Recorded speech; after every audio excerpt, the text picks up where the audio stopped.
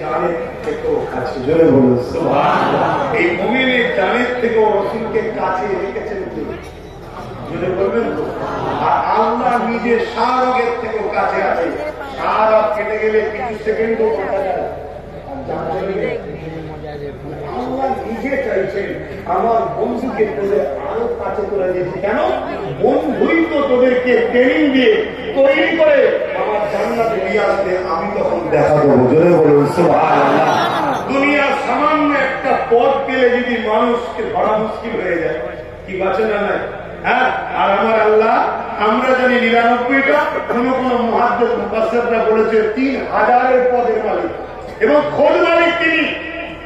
তিনিও দেখা করতে যাবে, কি স্টাইলে যেতে হবে, কি রকম পবিত্র হতে হবে, কি কথা বলতে হবে, কিভাবে সালাম কালাম হবে, এইসব ট্রেনিং গুলো শেখার দরকার আছে না? এই ট্রেনিংটা দিবার জন্যই তো মুহাম্মদ রাসূলকে আল্লাহ পাঠিয়েছে। তাই আমাদের উচিত মুহাম্মদ রাসূলের কদমে জানকে কুরবান করা, মুহাম্মদ রাসূল তাদেরকে জান্নাতে নিয়ে যেয়ে আল্লাহ দিদারটা করাবে। জোরে বলুন সুবহানাল্লাহ।